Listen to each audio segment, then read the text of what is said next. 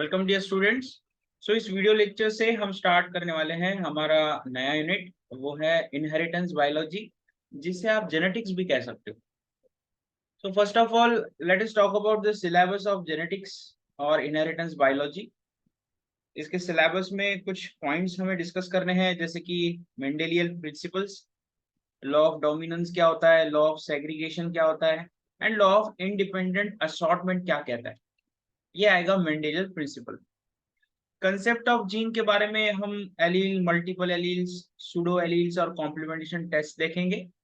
उसके बाद Mendelian principal से जो डेविएशंस आते हैं, मतलब कि एक्सटेंशंस ऑफ मेंडेलियन प्रिंसिपल, जैसे कि दो एलील एक जगह पर मिलके एक्सप्रेस हो रहे होंगे और कैरेक्टर बना रहे होंगे, तो उसको हम कोडोमिनेंस कहेंगे, राइट। उसी तरह इनकम्प्लीट डोमिनेंस रहेगा, जो डोमिनेंट अलील है वह इनकम्प्लीटली एक्सप्रेस होगा। जीन इंटरेक्शंस होंगे, allelic interactions and non allelic interactions. Pleiotropy होगी, मोर देन वन जीन्स यहाँ पर कैरेक्टर के लिए रिस्पॉन्सिबल होंगे। जीनोमिक इम्प्रिंटिंग क्या रहती है, penetrance, expressivity, phenocopy, linkage, crossing over, sex linkage, sex limited and sex influenced characters. ये सारे आते हैं एक्सटेंशंस टू मेंडेलियन प्रिंसिपल्स के अंडर। उसके बाद हम जीन मैपिंग देखेंगे। जीन मैपिंग मेथड्स में लिंकेज मैप्स, टेट्राड एनालिसिस वगैरह, राइट। मॉलिक्यूलर मार्कर्स का यूज, सेल हाइब्रिड्स का यूज, प्लांट्स में कैसे मैपिंग होता है, ये भी चीज हम देखने वाले हैं। और उसके बाद आते हैं एक्स्ट्रा क्रोमोसोमल इनहेरिटेंस, जिसमें आपको other than nucleus mitochondrial DNA का इनहेरिटेंस और क्लोरोप्लास्ट जीन्स का इनहेरिटेंस देखना है। और साथ ही साथ ड्रोसोफिला में हम मैटरनल इनहेरिटेंस भी देखेंगे। ड्रोसोफिला के साथ साथ कुछ अदर ऑर्गेनिजम्स भी रहेंगे। देन माइक्रोबियल जेनेटिक्स में हमें ट्रांसफॉर्मेशन, कॉन्जुगेशन, ट्रांसडक्शन, ये चीजें देखनी है। सेक्सडक्शन भी देखना है। देन इंटरप्टेड मीटिंग के वजह से जीन्स को कैसे मैप किया जाता है, राइट। जीन्स का स्ट्रक्चर कैसे एनालाइज किया जाता है, ये सारी चीजें हम माइक्रोबियल जेनेटिक्स में देखेंगे, राइट। उसके बाद आता है नेक्स्ट पॉइंट, ह्यूमन जेनेटिक्स, जिसमें हमने पेडिग्री एनालिसिस पढ़ना है, एलओडी स्कोर पढ़ना है, कैरियोटाइपिंग क्या होती है वो समझ ली है, और वेरियस जेनेटिक डिसऑर्डर्स के बारे में हमें डिस्कस करना है, जैसे कि Down syndrome, Patau syndrome, then Klinefelter syndrome, Edward syndrome. ऐसे डिसऑर्डर्स के बारे में हमें जानकारी लेनी है। उसके बाद आते हैं क्वांटिटेटिव जेनेटिक्स, जिसमें पॉलीजेनिक इनहेरिटेंस, हेरिटेबिलिटी, उसकी मेजरमेंट और क्यूटीएल मैपिंग हमें देखनी पड़ेगी। देन आते हैं म्यूटेशंस। फिर म्यूटेशंस में म्यूटेशंस के टाइप्स कौन से हैं, म्यूटेशंस के कॉजेस कौन से हैं, और म्यूटेशन को डिटेक्ट कैसे किया जाता है, ये सारी चीजें हम म्यूटेशन में देखेंगे। Then structural and numerical alteration of chromosome. इसका मतलब ये है, कभी कभार हो जाता है कि एक क्रोमोसोम, वी कैन से, जो होमोलॉगस क्रोमोसोम है वो दोनों भी एक तरफ चले जाते हैं, किसी एक सेल में चले जाते हैं, जिसकी वजह से यूप्लॉइडी होती है ना, 2n+1 कंडीशंस डेवलप हो जाती है। तो ऐसे यूप्लॉइडी, अनयूप्लॉइडी, ये सारी चीजें हम structural and numerical alterations of chromosomes के अंदर देखेंगे। उसके बाद रिकॉम्बिनेशन में होमोलॉगस और नॉन होमोलॉगस रिकॉम्बिनेशन देखेंगे हम, along with the process of transposition, right. This will be the syllabus of inheritance biology, और इसे हम हमारे हिसाब से आगे पीछे करके पढ़ेंगे, ठीक है। हमारे हिसाब से जो हमारे लिए बेहतर है, उसके अकॉर्डिंग हम इनहेरिटेंस बायोलॉजी को पढ़ने वाले हैं, राइट। चलिए स्टार्ट करते हैं हमारे इनहेरिटेंस बायोलॉजी से। इसमें पहले हम कुछ बेसिक्स पढ़ेंगे। बेसिक्स अगर क्लियर हो गए तो एडवांस चीजें भी अच्छे से समझ में आती। Now let us talk about a diploid cell. Right, suppose this is a human diploid cell. Diploid cell is represented by 2n position, and this diploid cell has both the chromosome that has been derived from father as well as mother. तो यहाँ पर हम chromosomes दिखा रहे हैं, suppose जो कि father की साइड से आए हैं, और हमने वो क्रोमोसोम्स भी दिखाए हैं जो मदर की साइड से आए। So the chromosomes are from both father as well as mother sides. That means this diploid cell has both DNA from mother as well as father. And this 2n condition basically represent the total DNA set that has been present in this cell. There are two sets of chromosomes, right? Now we can say that this is the total DNA in a cell when it is in resting stage. Divide नहीं हो रहा है ये cell, और उसमें total DNA content हम कहते हैं 2n है। तो बेसिकली जो टोटल डीएनए मॉलिक्यूल्स इस सेल के अंदर प्रेजेंट रहेंगे वो है 46, right. We have 23 chromosomes from the mother and 23 chromosomes from the father। तो यहाँ पर हम 46 डीएनए मॉलिक्यूल्स प्रेजेंट रहेंगे ऐसा हम कह रहे हैं, और इस 46 डीएनए मॉलिक्यूल्स में 23 DNA molecule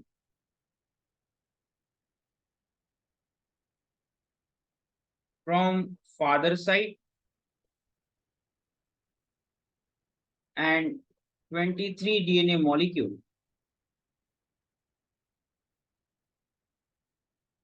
from mother side। 23 DNA molecule father side से है, 23 डीएनए मॉलिक्यूल मदर साइड से।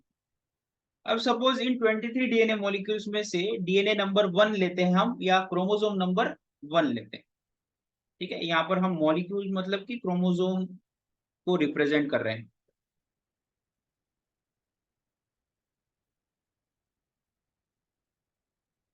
तो suppose we have taken the chromosome number 1।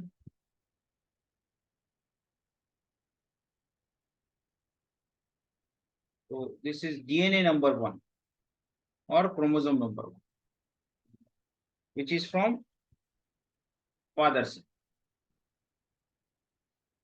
and this chromosome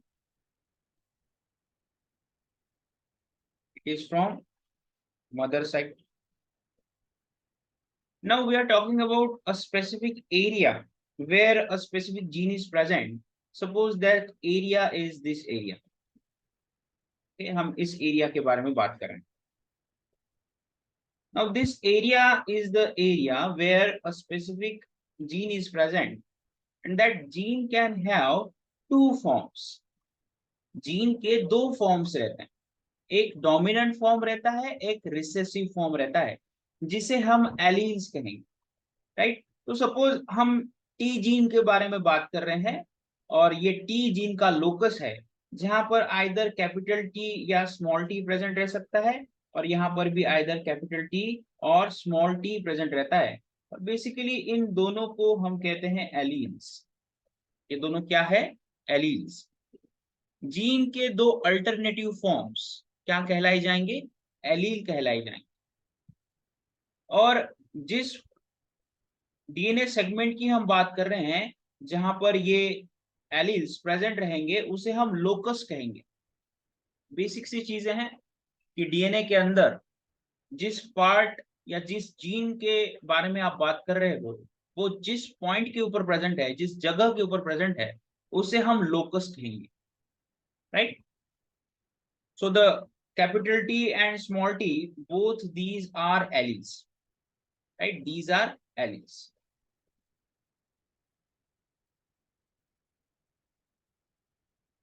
Okay. तो जैसे ही आप डीएनए नंबर 1 ले सकते हो, वैसे आप डीएनए नंबर 2 भी ले सकते हो, है ना, डीएनए नंबर 3 भी ले सकते हो। दैट मीन्स आप जैसे जैसे डीएनए नंबर 1 से डीएनए नंबर 23 की तरफ जाओगे,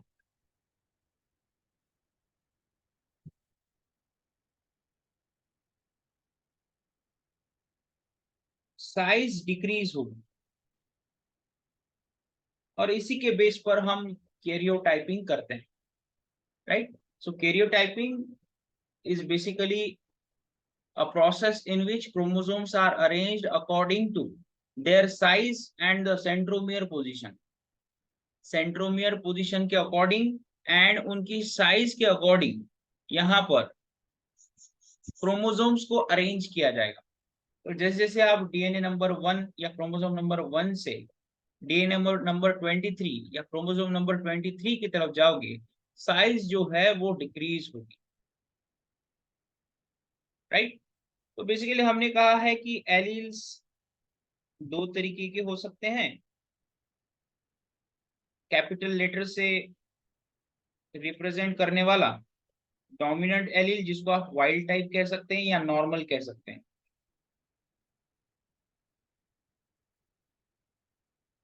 ठीक है, capital T. For example capital T, या वह म्यूटेटेड टाइप रह सकता है, जिसे आप रेसेसिव भी कह सकते हैं, फॉर एग्जांपल स्मॉल टी। तो याद रखना कि क्वेश्चन में अगर वाइल्ड टाइप या नॉर्मल टाइप ऐसा वर्ड आए तो वहां पर डोमिनेंट एलील के बारे में बात हो रही है, और वहां अगर म्यूटेटेड ऐसा वर्ड आए तो समझ लेना कि रिसेसिव एलील के बारे में बात होती है, ठीक है। चलो यहां तक क्लियर हो गया सबको।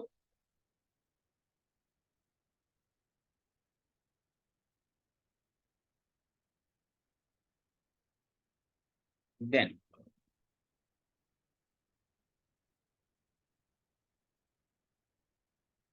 अब देखो, जब हम गमिट्स के बारे में बात करते हैं तो बेसिकली गमिट्स फ्यूज होके डिप्लॉइड जाइगोट बनाते हैं, और डिप्लॉइड जाइगोट आगे जाकर ऑर्गेनिज्म प्रोड्यूस करता है, राइट।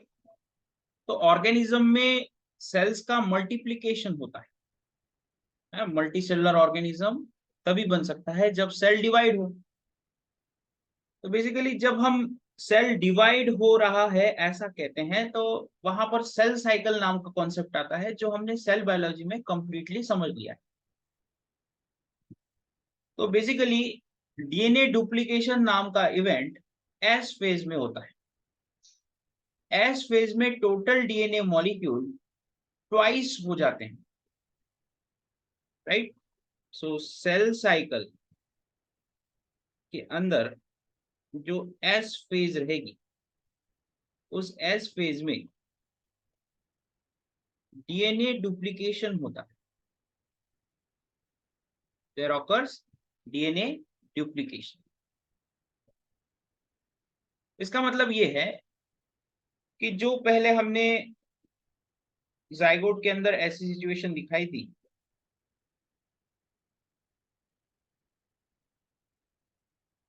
एक डीएनए मॉलिक्यूल मदर से आया था, एक डीएनए मॉलिक्यूल फादर से आया था, राइट।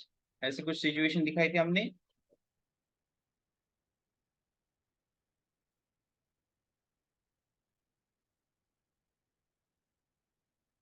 राइट।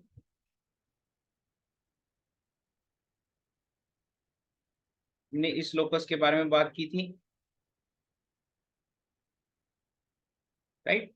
अब सपोज आप एक काम करो, आपको डीएनए डुप्लीकेशन दिखाना है, तो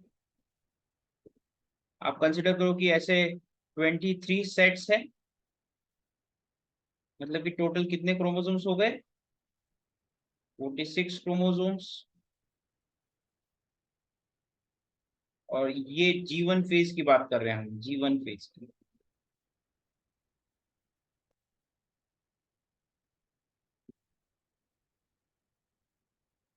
ठीक है, G1 फेज की बात।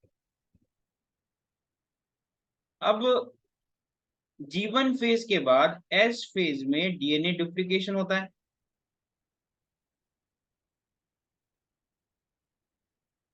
राइट। और डीएनए डुप्लीकेशन होना that means DNA content multiply होना, 2 टाइम्स होना, राइट। तो बेसिकली अब सिनारियो कुछ ऐसा हो जाएगा,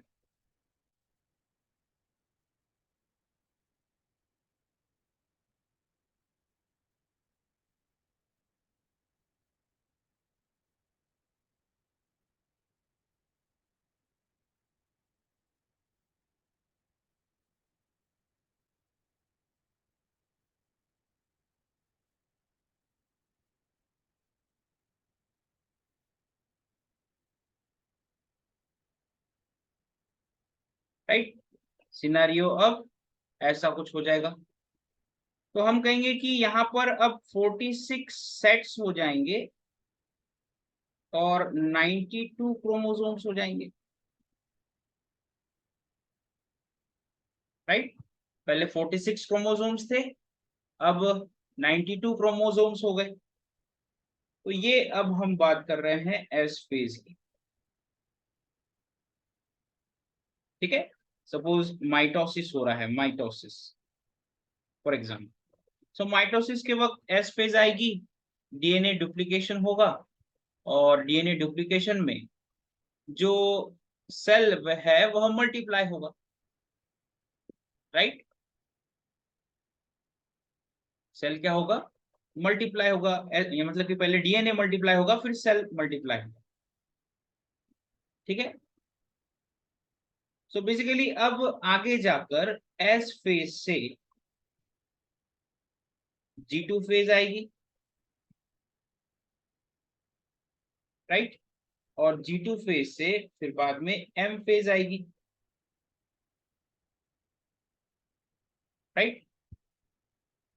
अब M फेज में पहली फेज आएगी प्रोफेज 1, जहां से डीएनए कंडेंसेशन स्टार्ट हो जाएगा, ठीक है।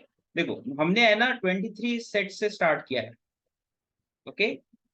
46 क्रोमोसोम से स्टार्ट किया है हम, तो बेसिकली हमने डिप्लॉयड ही सेल लिया है, ओके। हमने डिप्लॉयड ही सेल लिया है। डिप्लॉयड सेल एस फेज के बाद टेट्राप्लॉइड बन चुका है, लेकिन आगे जाकर ये टेट्राप्लॉइडी जो है ना वो दो दो में डिवाइड होने वाली है, मतलब कि फिर से दो डिप्लॉयड सेल बनने वाली, ठीक है। तो मेटाफेज एम फेज में एंटर करने के बाद अब प्रोफेज आ गई। प्रोफेज के बाद क्या आएगी, मेटाफेज। प्रोफेज के बाद क्या आएगी, मेटाफेज। अब मेटाफेज 1, ठीक है, मेटाफेज 1। एक काम करो, यहाँ पर मियोसिस दिखा दो, माइटोसिस की जगह मियोसिस दिखा दो, ठीक है, मियोसिस दिखा।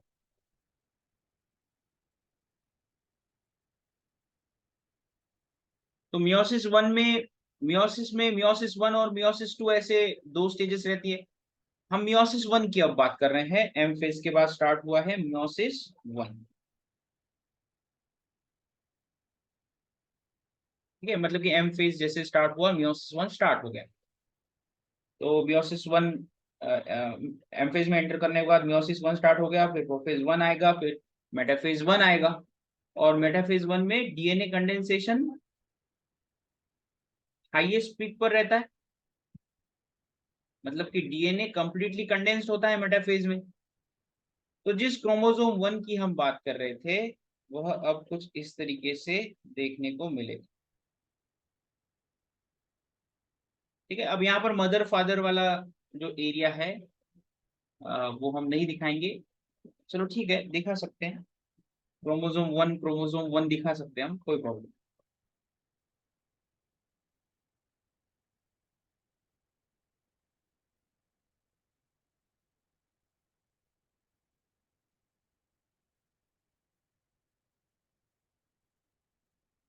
ये हो जाएगा क्रोमोसोम वन।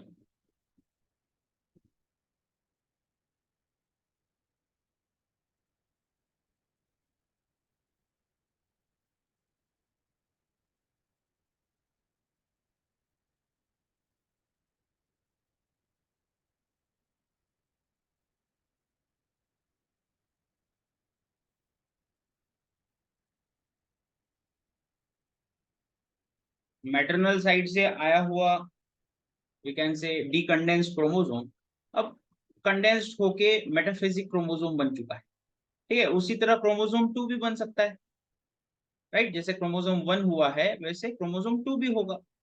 अब ये दोनों होंगे homologous chromosome, chromosome one from father side, chromosome one from mother side, ये दोनों होंगे होमोलॉगस क्रोमोसोम, राइट। सो हम कहेंगे कि एक क्रोमोसोम में दो क्रोमैटिड्स रहते हैं, राइट। आप देख सकते हैं ये पहला क्रोमेटिड, ये दूसरा क्रोमेटिड। तो एक क्रोमोसोम में दो क्रोमेटिड्स रहते हैं और इन दो क्रोमेटिड्स को हम दो डीएनए मॉलिक्यूल की तरह भी देख सकते हैं। ठीक है। और ये जो बेसिकली क्रोमेटिड्स की हम बात कर रहे हैं, दीज आर सिस्टर क्रोमेटिड्स।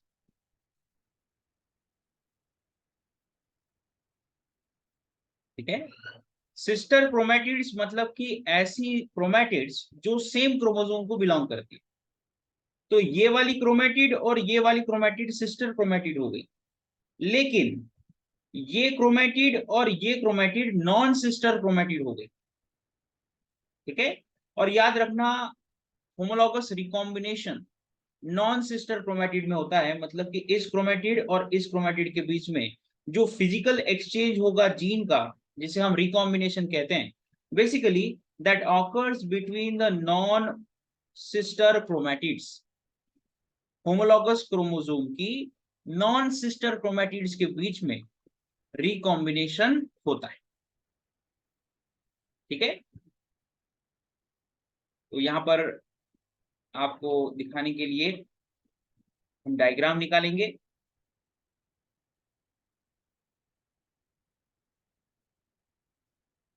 थोड़ी बड़ी डायग्राम निकालेंगे जिससे और अच्छे से समझ में आएगा।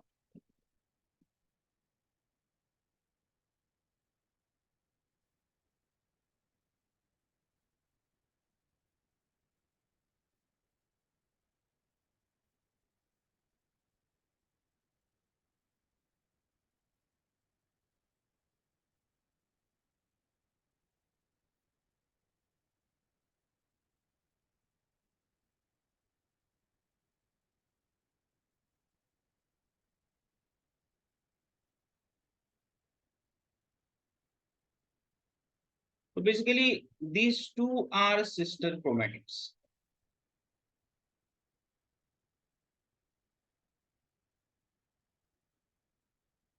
These two are also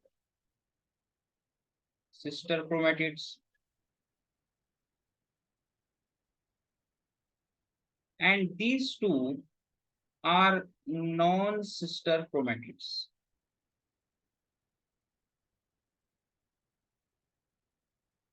Right? These two are non-sister chromatids.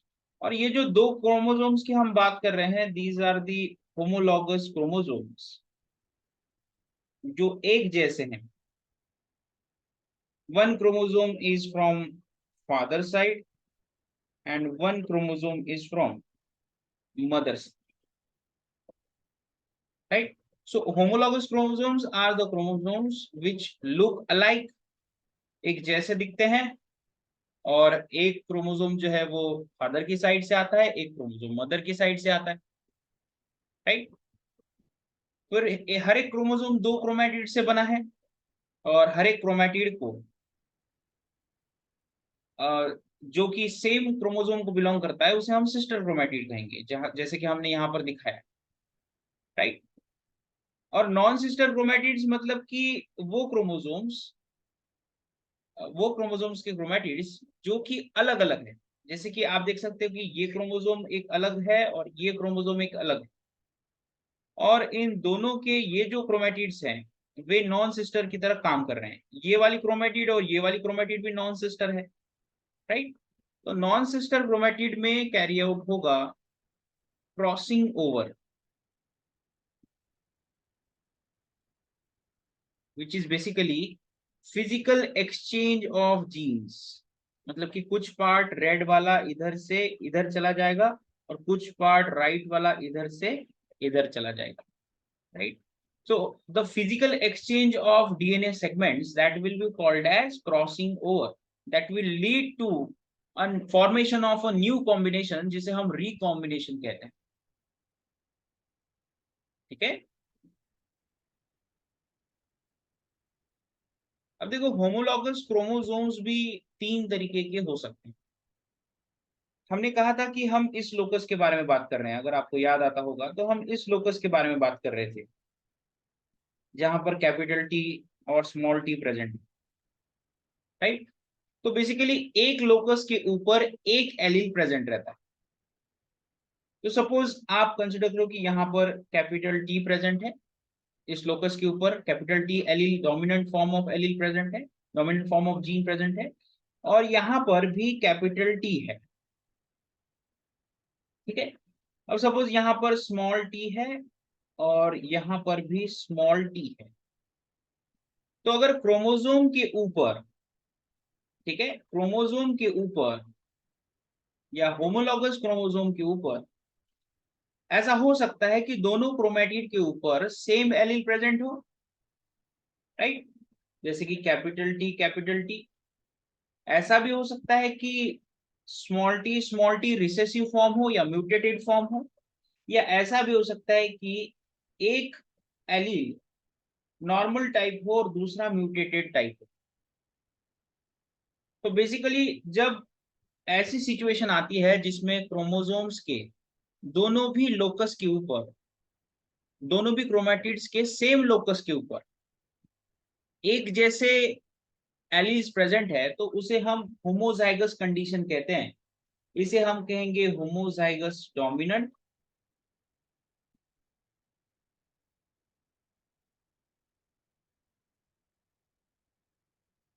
इसे कहेंगे हम homozygous recessive,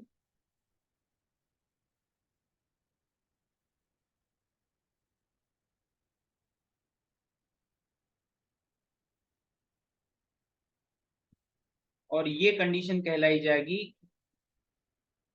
heterozygous,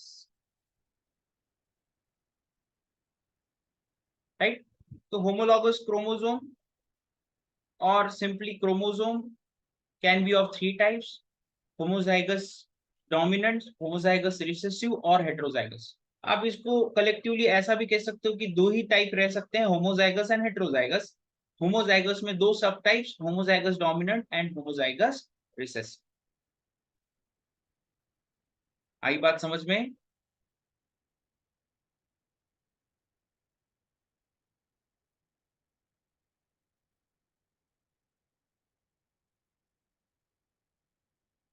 okay, then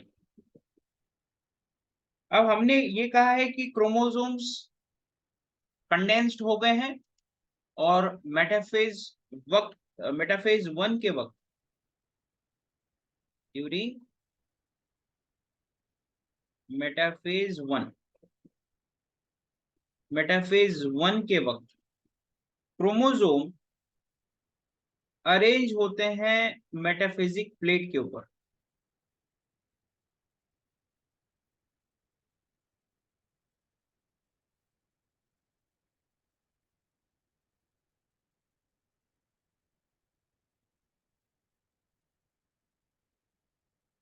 right, chromosomes get arranged on metaphysic plate. तो मेटाफिजिक प्लेट को दिखाने के लिए यहाँ पर हम डीएनए मॉलिक्यूल को दिखाएंगे, क्रोमोसोम्स को हम दिखाएंगे यहाँ पर।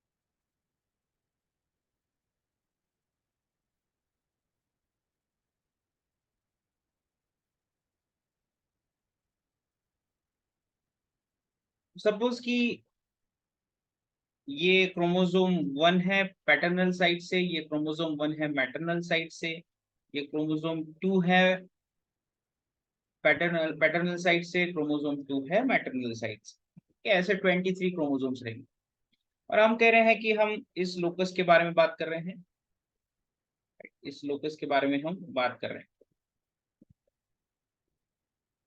और दूसरे क्रोमोसोम के सपोज दूसरे लोकस के बारे में हम बात कर रहे हैं, ठीक है।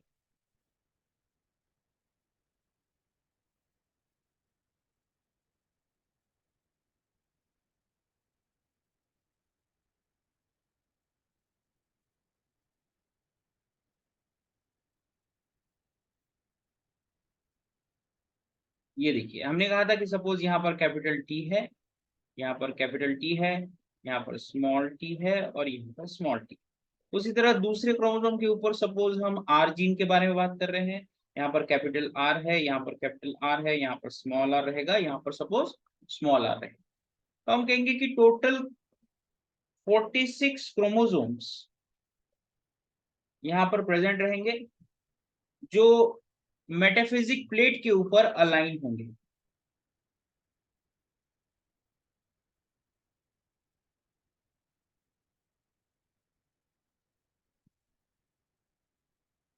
देयर आर टोटल 46 क्रोमोसोम्स जो कि मेटाफिजिक प्लेट के ऊपर अलाइन होंगे और उसके अलाइनमेंट के लिए रिस्पॉन्सिबल रहेंगे स्पिंडल फाइबर्स जो कि सेंट्रियोल से अराइज होते हैं।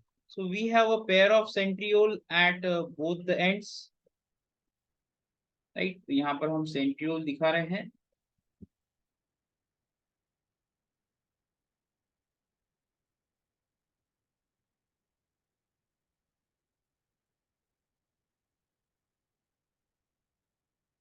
सेंट्रियोल से निकले स्पिंडल फाइबर्स।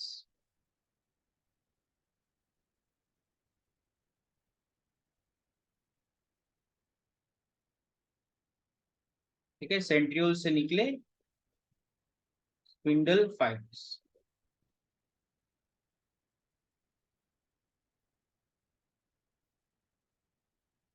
सेंट्रियोल से स्पिंडल फाइबर कैसे निकलते हैं ये हमने सेल बायोलॉजी में ऑलरेडी पढ़ा है, राइट। पेरीसेंट्रियोलर एरिया रहता है जहां से ये सारी चीजें प्रोड्यूस होती है, राइट। पहले गामा ट्यूबुलिन रहता है, फिर अल्फा और बीटा ट्यूबुलिन ज्वाइन होगा, है ना।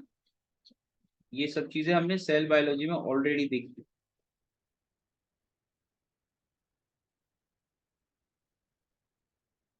तो अब ये जो मेटाफिजिक प्लेट के ऊपर क्रोमोसोम एक दूसरे के साथ अलाइन हुए हैं, इनमें आगे जाकर जीन का फिजिकल एक्सचेंज होने वाला है, right. There will be physical exchange of genes जिसे हम कहते हैं क्रॉसिंग ओवर। और फिर बाद में एनाफेज में ये क्रोमोसोम्स सेपरेट हो जाएंगे, राइट। मेटाफेज वन के बाद एनाफेज वन में ये क्रोमोसोम्स सेपरेट हो जाएंगे।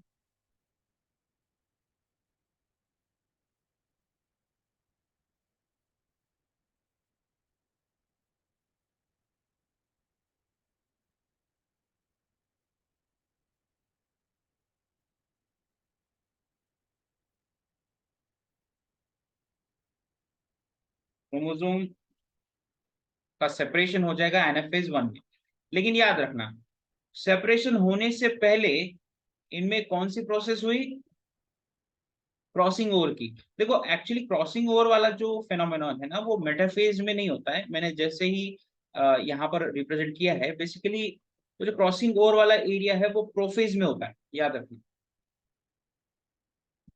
क्रॉसिंग ओवर प्रोफेज में होता है, लेकिन तब जो डीएनए है वह बेसिकली डीकंडेंस्ड फॉर्म में रहता है, ठीक है।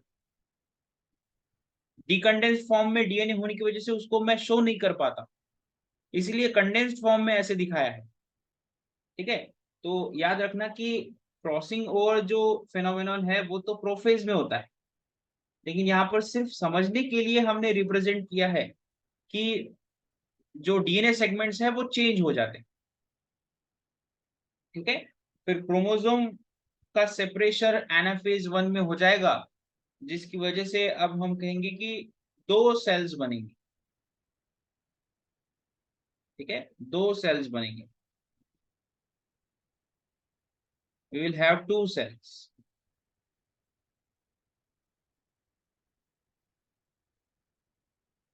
जिनमें टोटल डीएनए रहेगा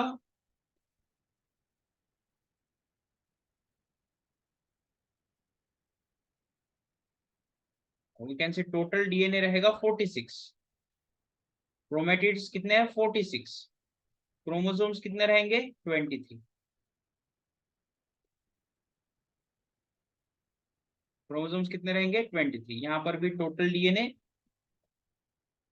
मतलब कि टोटल क्रोमेटिड्स कितने होंगे 46। हाफ क्रोमोसोम लेफ्ट साइड में गए, हाफ क्रोमोसोम राइट साइड में गए, मतलब कि 23 क्रोमोसोम लेफ्ट साइड में गए, 23 क्रोमोसोम राइट साइड में, लेकिन ये क्रोमोसोम्स पहले जैसे नहीं है। कुछ ब्लू वाला पार्ट रेड वाले क्रोमोसोम में चला गया है, कुछ रेड वाला पार्ट ब्लू वाले क्रोमोसोम में चला गया है। तो नए कॉम्बिनेशन के साथ ये सेपरेट हो रहे हैं।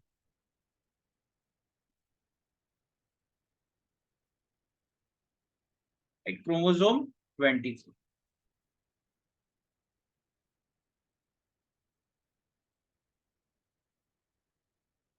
ओके। अब ये सेल एंटर करेंगे किसमें, फिर से टीलो मतलब कि यहाँ पर एनाफेज 1 के बाद टीलोफेज 1 दिखा दो, और टीलोफेज 1 के बाद ऐसे सिचुएशन दिखा दो। तो टीलोफेज 1 कंप्लीट होने के बाद दो सेल्स मिलते हैं। अब यहाँ पर एंट्री होती है मियोसिस सेकेंड में। ठीक है, देखो, होमोलॉगस क्रोमोसोम का सेपरेशन होता है मियोसिस फर्स्ट में। मियोसिस फर्स्ट में सिंपली क्या होगा, होमोलॉगस क्रोमोसोम का सेपरेशन।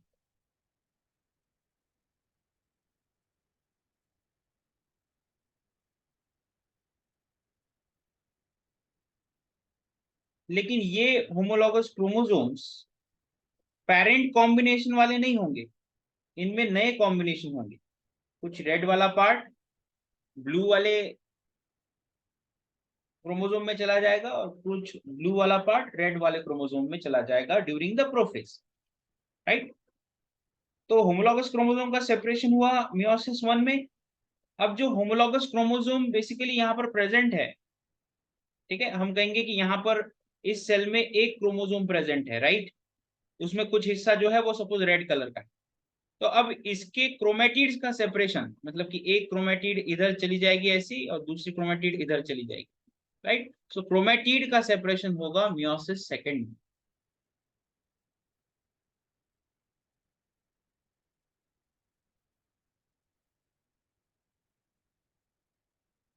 हालांकि ये चीज माइटोसिस में नहीं होती, ठीक है, माइटोसिस में नहीं होती ये चीज, सिर्फ मियोसिस में होती है। क्योंकि अब ये जो सेल बेसिकली है वे डिप्लॉइड है, यहां तक जो सेल हैं वे डिप्लॉइड है। इसके आगे अब वे हैप्लॉइड हो जाएंगे। ठीक है। अब मियोसिस सेकंड में एंट्री करने के बाद प्रोफेज सेकंड आएगा। Prophase second is just like normal prophase of metaphase, sorry mitosis. फिर प्रोफेज सेकंड के बाद मेटाफेज सेकंड आएगा। ठीक है। फिर मेटाफेज सेकंड में जो क्रोमोसोम्स हैं वे अलाइन हो जाएंगे। मैं यहाँ पर शॉर्ट तरीके से आपको दिखाने की कोशिश करता हूँ।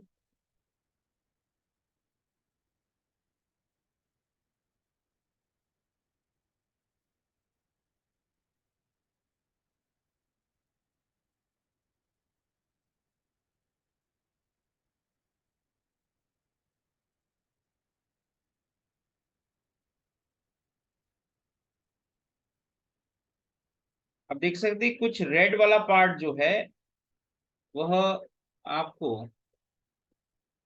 इस क्रोमोसोम में दिखाई पड़ रहा होगा, रेड वाला पार्ट। वो क्यों आया है, because of the crossing over which has awkward during the prophase. ठीक है। तो अब आगे जाकर यही क्रोमोसोम स्प्लिट होगा। अगर ये क्रोमोसोम स्प्लिट हुआ तो आगे जाकर सिचुएशन ऐसी है।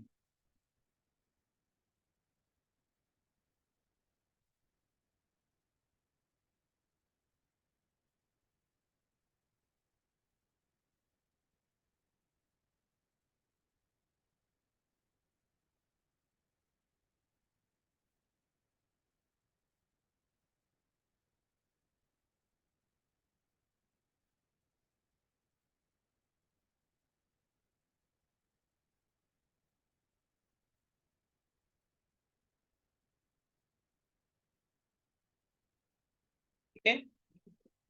अब इसी को आप सीधा भी रिप्रेजेंट कर सकते हो। ऐसे टेढ़े की जगह ऐसा भी दिखा सकते हो, कोई प्रॉब्लम नहीं। राइट, तो आप देख सकते हैं कि अब आगे जाकर दो सेल बनेंगे जिसमें एक में रिकम्बाइंड गमिट होगा और दूसरे में भी कुछ पार्ट जो है वो रिकम्बाइंड रह सकता है। ठीक है, अब ऐसा अब हमने सिर्फ रेड कलर के लोकस या इस लोकस के रिगार्डिंग ये बात की है। अदर लोकस भी हो सकते हैं ना, जिसमें जीन का एक्सचेंज हो सकता है। ठीक है, सिर्फ हमने यहाँ पर दिखाया कि एक लोकस के रिगार्डिंग हमने रिजल्ट्स दिखाए। ठीक है, फिर मेटाफेज सेकंड के बाद एनाफेज सेकंड। राइट, तो एनाफेज सेकंड में आप देख सकते हैं कि जो क्रोमोसोम्स है उसमें क्रोमैटिड्स सेपरेट हो गए। एनाफेज सेकंड में क्रोमैटिड्स सेपरेट होंगे। फिर उसके बाद आएगा टीलोफेज सेकंड, और टीलोफेज सेकंड के बाद आपके पास overall at the end total 4 cells हैं विथ न्यू कॉम्बिनेशंस। मतलब कि हर एक जो सेल है उसके पास क्रोमोसोम में कुछ ना कुछ नई चीजें हैं। ठीक है, मतलब कि वह पेरेंट के साथ मेल नहीं खाता। और ये जो 4 सेल्स हैं इन्हें ही हम कहते हैं gametes, that can be sperm और that can be egg. Right, so meiosis के थ्रू स्पर्म एंड एग का फॉर्मेशन होता है, and these gametes are nothing but haploid in nature, जो आगे जाकर दूसरे गमिट के साथ कंबाइन होके नए ऑर्गेनिज्म को बनाएंगे। तो बेसिकली माइटोसिस से मल्टीप्लिकेशन होता है, मियोसिस से गमिट फॉर्मेशन होता है। और ये जो नया कॉम्बिनेशन हो रहा है गमिट फॉर्मेशन के वक्त, ये बेसिकली मेल बॉडी में स्पर्म फॉर्मेशन के वक्त होता है और फीमेल बॉडी में एग फॉर्मेशन के वक्त होता है। और फिर बाद में जब मेल गमिट फीमेल गमिट फ्यूज होते हैं तब जाकर जाइगोट डेवलप होगा उस कॉम्बिनेशन का। वह जाइगोट उस कॉम्बिनेशन का रिजल्ट होगा जो मदर की साइड से प्रोड्यूस हुआ है और फादर की साइड से प्रोड्यूस हुआ है। ठीक है, आई बात समझ में?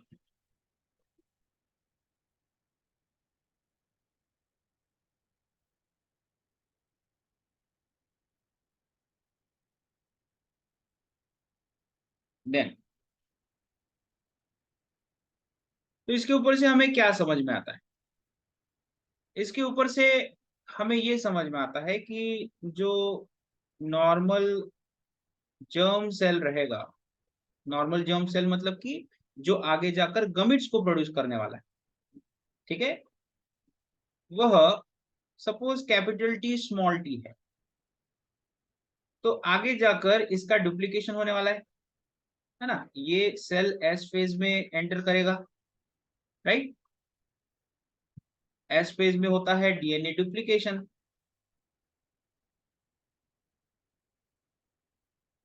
डीएनए डुप्लीकेशन होने के बाद अब वह कैपिटल टी और स्मॉल टी बन जाएगा।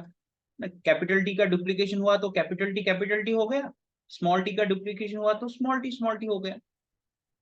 अब आगे जाकर एनाफेज या वी कैन से मियोसिस 1 में ये जाएंगे। ठीक है, मियोसिस 1 में जाएंगे। अब बेसिकली ये जो कैपिटल टी स्मॉल टी है, ये एक दूसरे के साथ एसोसिएटेड है, और मियोसिस 1 में हम कहते हैं कि होमोलॉगस क्रोमोसोम का सेपरेशन होता है। तो ये कॉम्बिनेशन किसी एक होमोलॉगस क्रोमोसोम पे है, ये दूसरे उसी होमोलॉगस क्रोमोसोम पे होगा, है ना। तो अब ये जो कैपिटल टी है वह सेपरेट हो जाएगा, और ये स्मॉल टी यहाँ से सेपरेट हो जाएगा। ठीक है, हो गया क्रोमोसोम का सेपरेशन, होमोलॉगस क्रोमोसोम का सेपरेशन। अब आगे जाकर हम कहते हैं कि क्रोमैटिड्स का सेपरेशन होता है मियोसिस सेकंड में। मियोसिस सेकंड में क्रोमैटिड्स का सेपरेशन होता है। तो क्रोमैटिड्स का सेपरेशन मतलब कि कैपिटल टी हो जाएंगे, और यहाँ पर स्मॉल टी हो जाएंगे। Right, capital T and small T. अब हम कह रहे हैं कि यहां से एक सेल ऐसा बना जिसके अंदर कैपिटल टी कॉम्बिनेशन प्रेजेंट है। ठीक है, बेसिकली हम ये कह रहे हैं कि ये एक ऐसा सेल बना, सपोज एक ऐसा एग बना जिसके अंदर टी लोकस के ऊपर कैपिटल टी एलील, यहाँ पर भी कैपिटल टी एलील है, यहाँ पर टी लोकस के ऊपर स्मॉल टी एलील है, और यहाँ पर स्मॉल टी एलील। ठीक है, फॉर एग्जाम्पल ये एग है, सपोज ऐसे एग्स प्रोड्यूस हुए।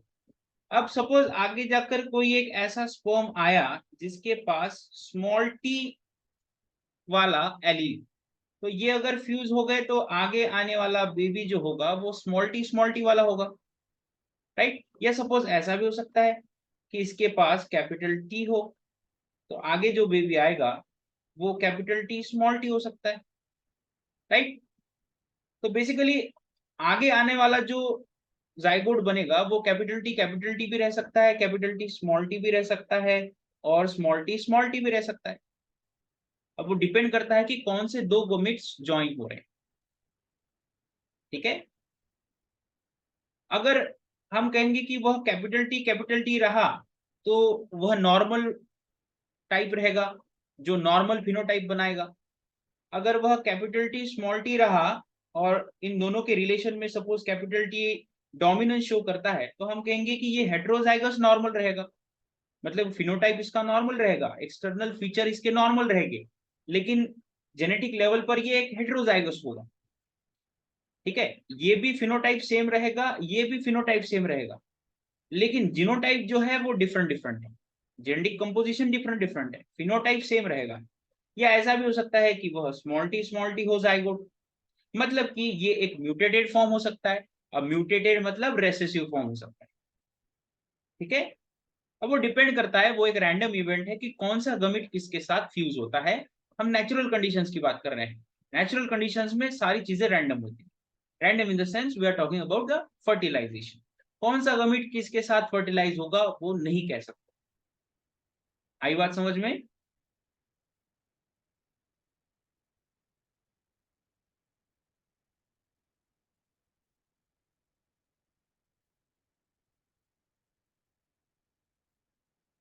Then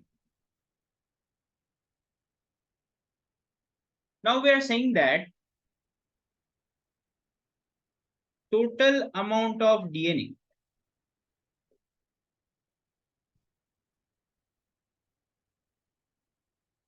in a cell is represented as 1C, right, where C stands for picogram, that is 10 to the power minus 15 grams, right. Total amount of DNA in a cell will be represented as 1C, that is picogram. ठीक है, अब suppose हम mail गमिट ले रहे हैं और उसे fuse कर रहे हैं हम फीमेल गमिट के साथ। मेल गमिट होगा स्पर्म, फीमेल गमिट होगा एग। ठीक है, अब सिंस हम कह रहे हैं कि मेल गमिट में हैप्लॉइड सेट रहेगा तो टोटल क्रोमोसोम को हम 1C से रिप्रेजेंट करेंगे। फीमेल भी एक हैप्लॉइड सेल है तो टोटल क्रोमोसोम डीएनए कंटेंट हम कहेंगे 1C से हम रिप्रेजेंट करेंगे। और जब male gamete and female gamete fuse होंगे तो इनसे बनने वाले जाइगोट के पास 2C डीएनए रहेगा। अब ड्यूरिंग G1 फेज यह 2C कंटेंट 2C ही रहेगा। G1 फेज के दौरान यह कंटेंट 2C रहेगा। G1 फेज के बाद कौन सी फेज आती है? S phase. एस फेज के दौरान यह 4C बनेगा। अब एस फेज में डुप्लीकेशन के बाद आगे जाकर हम कहेंगे कि माइटोटिक फेज स्टार्ट हो जाएगी। ठीक है, पहले तो G2 फेज आएगी, G2 फेज में भी वह 4C ही रहेंगे, और फिर बाद में माइटोटिक फेज आ जाएगी, तो हम कहेंगे यहां से मियोसिस 1 स्टार्ट हो जाएगा, राइट। मियोसिस 1 स्टार्ट हो गया। अब मियोसिस 1 में हम कहते हैं होमोलॉगस क्रोमोसोम का सेपरेशन होता है, ठीक है। तो यहाँ पर जो डीएनए कंटेंट है वो 4C ही रहेगा, एट द एंड वो 2C हो जाएगा, ठीक है। मतलब कि प्रोफेज 1 के वक्त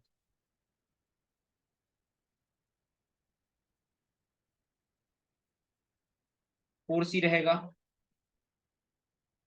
मेटाफेज 1 के वक्त 4C रहेगा, ठीक है। देन एनाफेज 1 के वक्त अब थोड़ा चेंजेस हो जाएंगे, दो सेल्स जो है वे सेपरेट हो जाएंगे,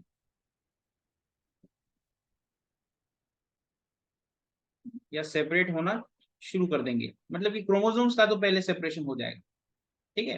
तो क्रोमोसोम का सेपरेशन हुआ, तो अब उसके बाद टीलोफेज आ जाएगी।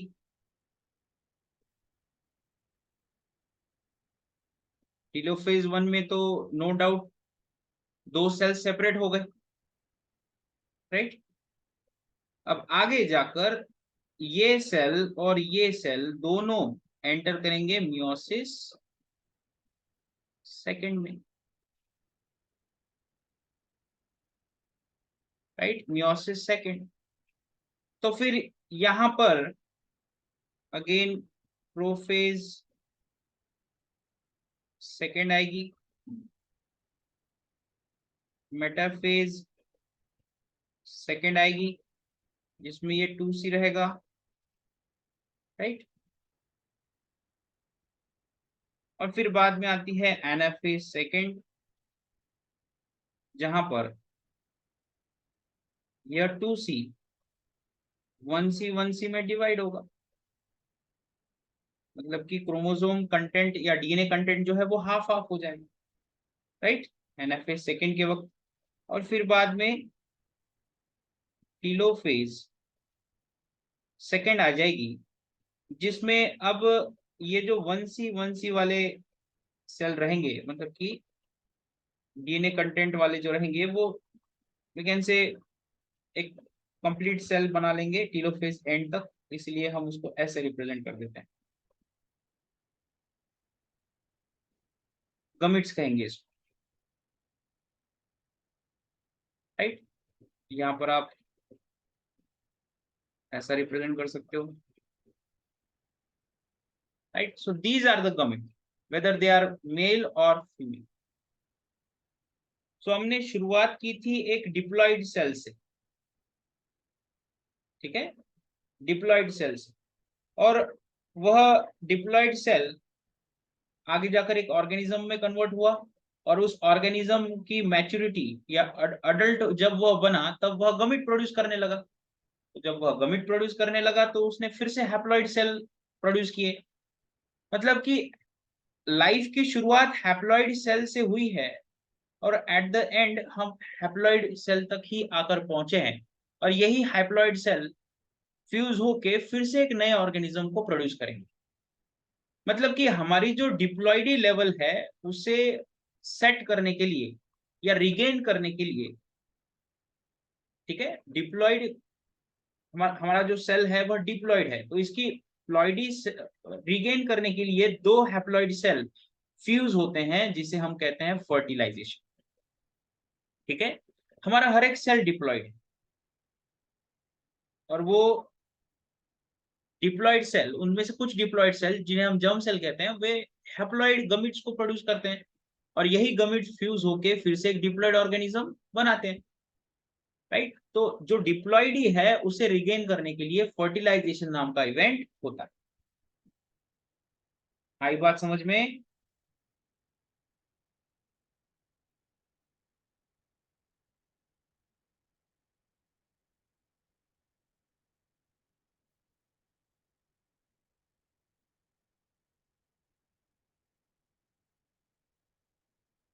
ओके।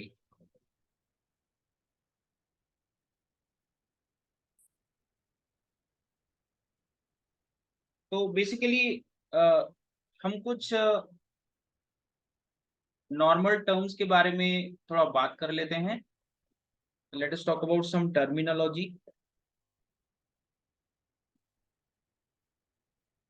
used in genetics. ठीक है, कुछ टर्मिनोलॉजीज के बारे में हम बात कर लेते हैं, जिसमें पहली टर्म आएगी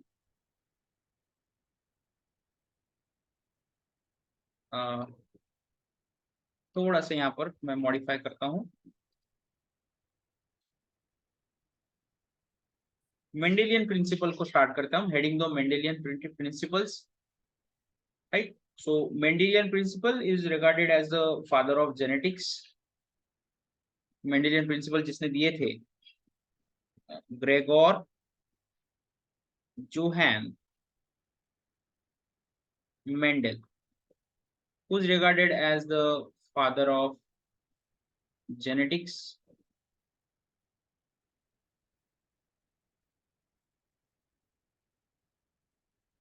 बेसिकली ये एक मैथमेटिशियन थे जिन्होंने अपना मैथमेटिकल नॉलेज बायोलॉजिकल सिस्टम में अप्लाई किया और बायोलॉजी की दुनिया में बहुत बड़ा कंट्रीब्यूशन दिया। मेंडल ने पीजम सटाइवम के ऊपर अपना वर्क किया, जिसको हम पी प्लांट कहेंगे। इन्होंने पी प्लांट के ऊपर एक्सपेरिमेंट परफॉर्म किया, पीजम सटाइवम।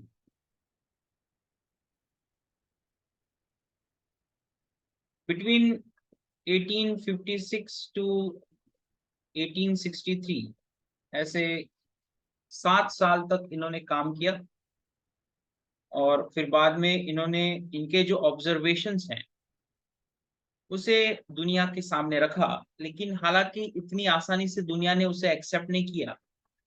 उनके पास आउट होने के बाद कुछ साल बाद मेंडल का वर्क रिकॉग्नाइज किया गया और फिर बाद में लोगों को समझा कि मेंडल ने जो कंट्रीब्यूशन दिया है वो प्राइसलेस है। लेकिन ये सब चीजें मेंडल के जाने के बाद, इस दुनिया से जाने के बाद लोगों को पता चला। ठीक है, मतलब कि लोगों को पता चल गया था लेकिन एक्सेप्ट नहीं किया। पीजम सटाइवम डिप्लॉयड ऑर्गेनिज्म है जिसमें 14 क्रोमोसोम्स रहेंगे और इस प्लांट की कुछ खासियत है कि इस प्लांट का जो जनरेशन टाइम है वो बहुत कम है। मतलब कि एक ऑर्गेनिज्म से दो ऑर्गेनिजम्स प्रोड्यूस होने के लिए, दो प्लांट प्रोड्यूस होने के लिए बहुत ही कम समय लगता है, कुछ दिनों का समय लगता है। तो इससे क्या होता था कि मेंडल को एक्सपेरिमेंट करने में आसानी गई। अगर आप एक्सपेरिमेंट करने के लिए टॉर्टॉइज लेते हो जो 25 साल में एक बार रिप्रोड्यूस करता है सपोज, या उसकी नेक्स्ट जनरेशन आने के लिए 25 साल लगते हैं, तो आपको genetics, we can say genetics of tortoise समझने के लिए आपको आपकी 10 पीढ़ियां लगानी पड़ेगी। ठीक है, तो बेसिकली जेनेटिक्स जैसे या क्रॉसिंग जैसी चीजें करने के लिए ऐसे ऑर्गेनिजम्स को यूज करना चाहिए जिनका जनरेशन टाइम कम है, राइट, जनरेशन टाइम कम है।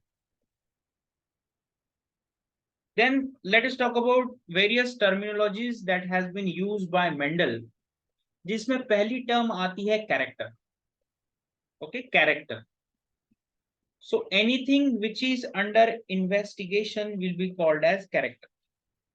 जो भी चीज को आप इन्वेस्टिगेट कर रहे हो उसे हम कैरेक्टर कहेंगे। जैसे कि फॉर एग्जाम्पल प्लांट की हाइट या किसी ऑर्गेनिज्म की हाइट एक कैरेक्टर होगी। ठीक है, किसी प्लांट का फ्लावर कलर ये भी एक कैरेक्टर हो गया, उसकी सीड का शेप ये भी एक कैरेक्टर हो गया, right. So basically character that means anything which is under investigation. Then comes the trait, next term है ट्रेट। अब देखो कैरेक्टर में जो वेरिएशन है उसे हम ट्रेट कहेंगे। या simply expression of character is nothing but a trait. जैसे कि फॉर एग्जाम्पल हाइट दो प्रकार की हो सकती है, मतलब कि हाइट के बेसिस पर ऑर्गेनिज्म दो प्रकार के हो सकते हैं, दे कैन बी टॉल और they can be dwarf, right, they can be tall और they can be dwarf. Colour वे ग्रीन हो सकते हैं या येलो हो सकते हैं, मतलब कि सीड कलर फॉर एग्जांपल, ठीक है, फ्लावर कलर ले लो यहाँ पर, ठीक है, फ्लावर कलर ग्रीन हो सकता है या येलो हो सकता है। सीड शेप एक तो राउंड हो सकता है या व्रिंकल्ड हो सकता है। सो बेसिकली कैरेक्टर ये ऊपर वाली चीज है, जनरल टर्म है, जैसे कि हाइट, और ट्रेट मतलब कि एक स्पेसिफिक चीज है कि हाइट कितनी, हाइट ज्यादा या कम। तो हाइट ज्यादा ये ट्रेट हो गया और हाइट ये कैरेक्टर हो गया, ठीक है, हाइट क्या, एक कैरेक्टर हो गई। अब हम बात करते हैं थर्ड टर्म के बारे में, जो कि है फैक्टर, ठीक है, फैक्टर। फैक्टर दैट मीन्स वो पार्ट जो कैरेक्टर्स के एक्सप्रेशन के लिए रिस्पॉन्सिबल है, ठीक है। इसी फैक्टर को आगे जाकर जीन कहा गया, लेकिन मेंडल ने जीन नहीं टर्म यूज की, मेंडल ने फैक्टर नाम की टर्म यूज की है, ठीक है। सो ऐसा ऐसा एरिया या ऐसी चीज जो कैरेक्टर को डिफाइन करती है उसे हम जीन कहते हैं। सो बेसिकली आज हम ये समझते हैं कि gene is a nucleotide sequence that codes for a functional protein, right. लेकिन उस वक्त मेंडल को ये नहीं पता कि जीन नाम की कोई चीज रहती, राइट। लेकिन उसे ये पता था कि every character is controlled by factor. हर एक कैरेक्टर को कौन कंट्रोल करता है, फैक्टर कंट्रोल करता है, okay.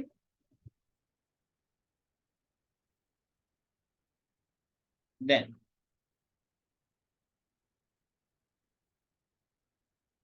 Now the next term was allele. अब देखो, हम यहाँ पर हमारा जो आज का नॉलेज है और मेंडल का तब का नॉलेज है उसको थोड़ा सिंक करते हैं।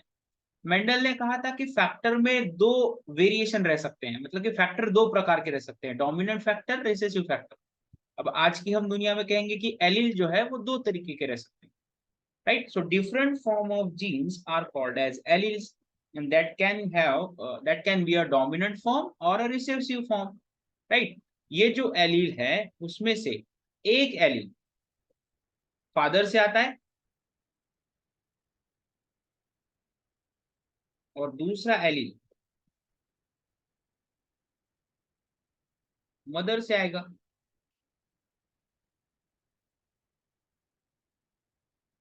सपोज कैपिटल टी वाला एग ले लो और स्मॉल टी वाला स्पर्म ले लो।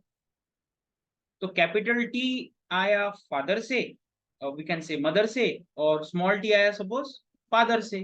तो ये जो दो एलील हैं वे आए हैं डिफरेंट सोर्सेस से। फिर आगे जाकर इन एलील्स के बीच में इंटरेक्शन कैसी है उसके बेसिस पर कैरेक्टर डिफाइन होगा, राइट। देन आगे टर्म आती है लोकस। क्रोमोसोम के ऊपर वो स्पेसिफिक एरिया या जगह जहां पर जीन लोकेटेड है उसे हम लोकस कहते हैं, जो कि हमने ऑलरेडी स्टार्टिंग में ही समझ लिया था जहां पर हमने कैपिटल टी स्मॉल टी दिखाया था। देन नेक्स्ट टर्म है जीनोटाइप। तो basically genotype is the combination of alleles or genetic constitution of an organism। Genotype को आप कॉम्बिनेशन ऑफ एलील भी कह सकते हो, राइट। फिर इसमें कैपिटल टी हो सकता है, या कैपिटल टी स्मॉल टी हो सकता है, या स्मॉल टी हो सकता है, ठीक है, कॉम्बिनेशन ऑफ एलील्स। देन आगे टर्म आती है फिनोटाइप। फिनोटाइप दैट मीन्स जो चीज आंखों से दिखती, किसी भी कैरेक्टर का हमें दिखना, वो जीनोटाइप की वजह से रिस्पॉन्सिबल। हम कह रहे हैं कि सपोज फिनोटाइप कैपिटल टी है, तो प्लांट हाइट ज्यादा है। तो ये जो प्लांट हाइट हमको ज्यादा दिख रही है, वो इसलिए क्योंकि जेनेटिक लेवल पर जो एलील्स प्रेजेंट है वो है कैपिटल टी। अगर सपोज जेनेटिक कंपोजिशन या जेनेटिक लेवल के ऊपर स्मॉल टी रहता, तो उस प्लांट की हाइट कम रहती। इसका मतलब ये है कि जो इंटरैक्शंस जेनेटिक लेवल पर एलील्स के बीच में है, उसी के बेसिस पर फिनोटाइप डिसाइड होता है। That means genotype he decide करता है कि फिनोटाइप कैसा होगा। लेकिन फिनोटाइप के ऊपर से हम ये नहीं बता सकते कि जीनोटाइप कौन सा है। जैसे कि capital T small T, homozygous dominant heterozygous, इस कॉम्बिनेशन में प्लांट हाइट तो सेम है, तो प्लांट हाइट को देख के आप ये बता सकते हो क्या कि उसका जीनोटाइप कैपिटल टी है कि कैपिटल टी स्मॉल टी है। यहाँ पर स्मॉल टी को कैपिटल टी तो डोमिनेट कर रहा है, कैपिटल टी खुद को एक्सप्रेस कर रहा है, और यहाँ पर भी कैपिटल टी खुद को एक्सप्रेस कर रहे हैं। तो प्लांट हाइट दोनों के केस में प्लांट हाइट तो ज्यादा रहेगी। तो फिनोटाइप ये कहता है कि प्लांट हाइटेड है, लेकिन उसके ऊपर से क्या आप जीनोटाइप बता सकते हो? आंसर रहेगा नहीं।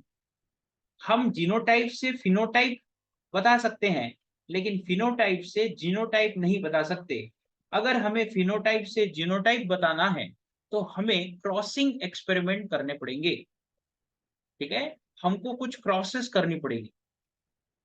इसी के ऊपर से हम बता पाएंगे कि जीनोटाइप कौन सा है। आई बात समझ में?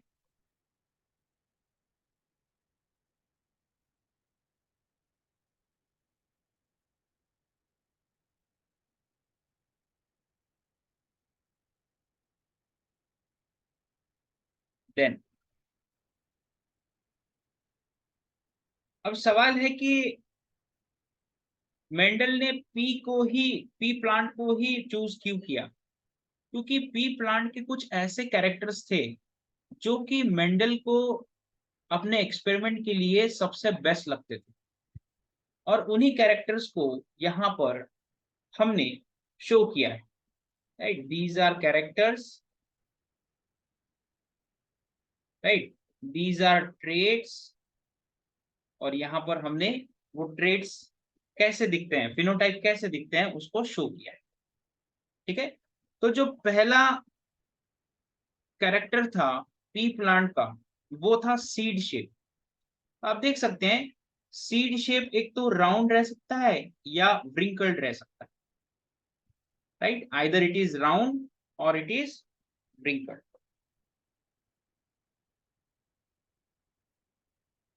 तो आप इसको कैपिटल आर कह सकते हो, इसको स्मॉल आर कह सकते हो, है ना। Capital R represents round seed shape, small R represents wrinkled seed shape, right.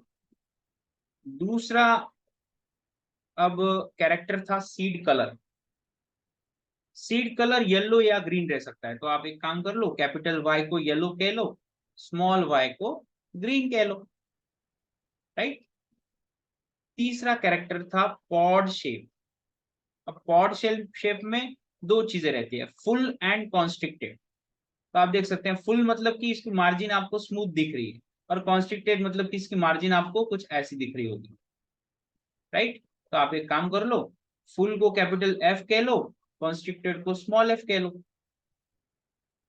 Right. फिर आता है पॉड कलर। पॉड कलर में एक तो ग्रीन रह सकता है पॉड, या येलो कलर का रह सकता है। तो आप एक काम करो, ग्रीन को कैपिटल जी कह लो और येलो को स्मॉल जी कह लो, येलो पॉड कलर को स्मॉल जी कह लो, राइट। देन नेक्स्ट कैरेक्टर आता है flower colour. Flower colour colour में एक तो वायलेट रह सकता है या व्हाइट रह सकता है। तो एक काम करो, कैपिटल वी रिप्रेजेंट करता है वायलेट को और स्मॉल वी रिप्रेजेंट करता है व्हाइट को, ठीक है। फिर नेक्स्ट कैरेक्टर आता है फ्लावर पोजीशन। फ्लावर पोजीशन में एक तो एक्साइल रह सकता है या टर्मिनल रह सकता है। तो एक काम करो, कैपिटल ए रिप्रेजेंट करता है एक्साइल को, मतलब कि जो एक्सिस के ऊपर प्रेजेंट रहेगा, ठीक है। देखो ये प्लांट है, यहाँ पर फ्लावर रहा तो वो एक्सियल है, और यहाँ पर फ्लावर रहा तो वो टर्मिनल है, ठीक है। तो आप देख सकते हैं यहाँ पर जो फ्लावर है वे एक्सियल पोजीशन पे है और यहाँ पर फ्लावर टर्मिनल पोजीशन पे है, ठीक है। ये टर्मिनल पोजीशंस होते हैं, ठीक है। तो capital A suppose axial flower position represent करते हैं, small A suppose terminal represent करते हैं। और फिर छठवां कैरेक्टर था स्टेम हाइट, ठीक है। यहाँ पर थोड़ा सा आप नंबरिंग को चेंज कर दो, 7 कैरेक्टर्स थे टोटल, ठीक है। 7 कैरेक्टर था स्टेम हाइट। तो स्टेम हाइट में एक तो स्टेम की हाइट ज्यादा रह सकती है या कम रह सकती है, मतलब कि टॉल टॉल प्लांट रह सकता है या ड्वार्फ रह सकता है। इसको आपने कैपिटल टी कह दिया, इसने आपको स्मॉल, आपने इसको स्मॉल टी कह दिया, ठीक है। तो ऐसे 7 कैरेक्टर्स थे जिसकी वजह से पी प्लांट को मेंडल ने अपनी स्टडी के लिए चूज किया। और इन 7 कैरेक्टर्स को ही हम 7 जीन कह सकते थे, मतलब कि मेंडल ने 7 जीन्स को चूज किया, ठीक है। और फिर बाद में मेंडल ने क्रॉसेस परफॉर्म की, राइट, जिसमें अब हम बात करते हैं मोनो हाइब्रिड क्रॉस के बारे में। देखो मोनो हाइब्रिड क्रॉस मतलब कि आपने एक जीन को ही कंसिडर किया, मतलब कि एक कैरेक्टर को कंसिडर किया है। सपोज हाइट को आपने कंसिडर किया है, ठीक है। बिल्कुल कंफ्यूजन नहीं होना, मुझे पता है कि बच्चों को ये चीजें नहीं समझ में आती, ये बहुत सिंपल चीजें हैं। मोनो हाइब्रिड क्रॉस मतलब कि ऐसी क्रॉस जिसमें एक कैरेक्टर को ही कॉन्सेंट्रेट किया है, मतलब कि एक जीन के 2 एलील्स को ही हम यहाँ पर यूज करने वाले, राइट। तो मैं यहाँ पर पेरेंट को रिप्रेजेंट करता हूं। तो पेरेंट हमने लिया P1 और दूसरा पेरेंट लिया P2। पहले पेरेंट का जीनोटाइप हमने लिया कैपिटल टी जो कि फिनोटिपिकली टॉल रहेगा, और दूसरा हमने पेरेंट लिया स्मॉल टी जो कि फिनोटिपिकली ड्वार्फ रहेगा। अब देखो ये जो पेरेंट्स हमने लिए हैं वो हमने प्योर लाइंस लिए हैं। प्योर लाइंस मतलब कि होमोजाइगस, राइट। प्योर लाइंस मतलब कि होमोजाइगस, किसी एक कैरेक्टर के लिए अगर आप प्योर लाइन ये वर्ड यूज कर रहे हो तो उसका मीनिंग ये है कि उस ऑर्गेनिज्म के पास उस कैरेक्टर के लिए होमोजाइगस कंडीशन है। जैसे कि हाइट के लिए टॉल वर्ड यूज कर रहे हो आप, तो वो कैपिटल टी रहना चाहिए, तब जाकर आप प्योर लाइन कहोगे या ट्रू ब्रीडर कहोगे, ठीक है। होमोजाइगस कह लो, प्योर लाइन कह लो या ट्रू ब्रीडर कह लो, बात एक ही है। फिर वो होमोजाइगस डोमिनेंट भी रह सकता है, होमोजाइगस रिसेसिव भी रह सकता है, ठीक है। अब देखो इस पेरेंट से जो गमिट बनेंगे वो एक ही वैरायटी का बनेगा। यहाँ पर कैपिटल टी गमिट बनेगा, यहाँ पर स्मॉल टी गमिट बनेगा, राइट। और ये गमिट बाद में फ्यूज होने वाले हैं, राइट। ये गमिट बाद में फ्यूज होने वाले हैं और बनाएंगे capital T small T combination. तो अब दो गमिट ज्वाइन होने के बाद जो पहली जनरेशन बन रही है उसे हम कहते हैं F1 जनरेशन और फर्स्ट फीलियल जनरेशन, राइट। ये कौन सी जनरेशन हो गई? First filial generation.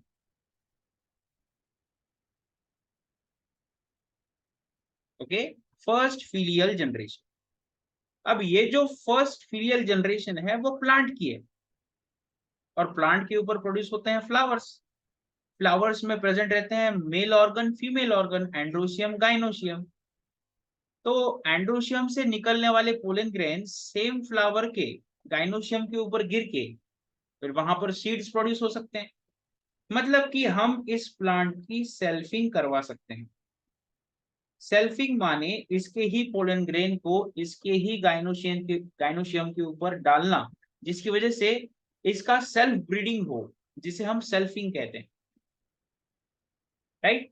तो ये जो हमें मिला था कैपिटल टी स्मॉल टी, ये बेसिकली हेट्रोजाइगोट है, और उसी हेट्रोजाइगोट की सेल्फिंग हमने की है। ओके, ये जो फर्स्ट जनरेशन थी कैपिटल टी स्मॉल टी वाली, याद रखना ये टॉल थी। ठीक है, कैसी थी? टॉल थी, क्योंकि कैपिटल टी जो है वह डोमिनेंट जीन है, वह डोमिनेट करता है रिसेसिव जीन। ठीक है, तो बेसिकली यहां पर हमने एक हेट्रोजाइगोट मिला है हमको, जो कि कैपिटल टी स्मॉल टी वाला है। टॉल तो ये भी है, पेरेंट वन भी टॉल है, F1 जनरेशन वाला ऑर्गेनिज्म भी टॉल है, दोनों भी टॉल है, फिनोटिपिकली सेम है, लेकिन जीनोटिपिकली वे दोनों भी डिफरेंट है। पेरेंट प्योर लाइन वैरायटी है या प्योर लाइन है, और जो F1 जनरेशन में हमको हाइब्रिड मिला है या हाइब्रिड वन मिला है, F1 जनरेशन कह लो या हाइब्रिड वन कह लो, ये बेसिकली हेट्रोजाइगोट फॉर्म में है। ठीक है, अब हमने इसका सेल्फिंग किया। सेल्फिंग मतलब कैपिटल टी स्मॉल टी को क्रॉस किया कैपिटल टी स्मॉल टी से, इसके ही पोलन ग्रेन को पकड़कर इसके ही गाइनोशियम के ऊपर ऐड कर दिया। अब ये जो क्रॉसिंग हमने की है वह बेसिकली एक चेकर बोर्ड के थ्रू हम रिप्रेजेंट कर सकते हैं। तो बेसिकली सेल्फिंग के बाद हमें F2 जनरेशन मिलेगी, और वह क्रॉसिंग के बाद जो F2 जनरेशन मिलती है उसे हम चेकर बोर्ड के थ्रू यहाँ पर रिप्रेजेंट कर सकते हैं। ठीक है, चेकर बोर्ड देखो कैसे बनाओगे आप।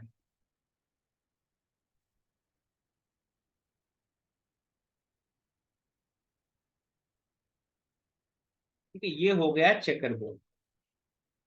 अब यहाँ पर आपने मेल ले लिया, यहाँ पर फीमेल ले ली।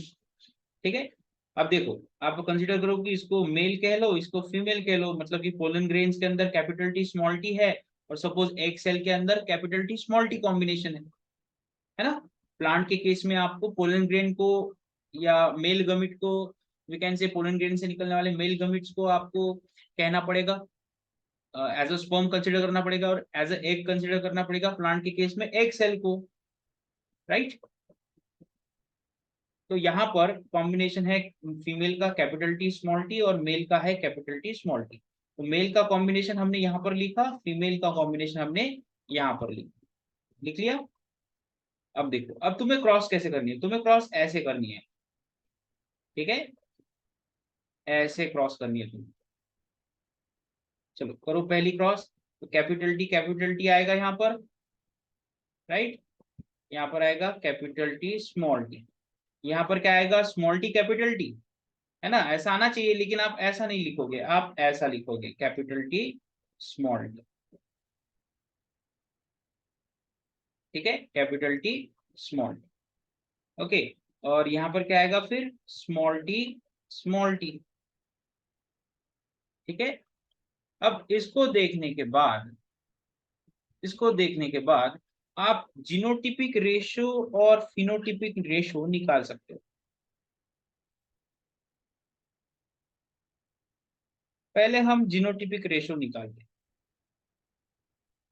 जीनोटिपिक रेशियो निकालते वक्त आपको करना पड़ेगा ये काम कि कितने कॉम्बिनेशन प्रेजेंट है। तो आपको देखते से ही समझ में आ रहा है कि सर 3 कॉम्बिनेशन प्रेजेंट है। एक है कैपिटल टी, दूसरा है कैपिटल टी स्मॉल टी, और तीसरा है small T small T. Capital T वाले कितने बोर्ड है यहाँ पर या बॉक्सेस हैं, एक ही बॉक्स है। कैपिटल टी स्मॉल टी वाला दो बॉक्स है, और स्मॉल टी वाला एक बॉक्स है, राइट। तो इसका मतलब ये है कि जीनोटिपिक रेशो 1:2:1 आ रहा है। मोनोहाइब्रिड क्रॉस का जीनोटिपिक रेशो 1:2:1 आ रहा है। अब ये हो गया जीनोटिपिक रेशो। अब आपको निकालना है फिनोटिपिक रेशो।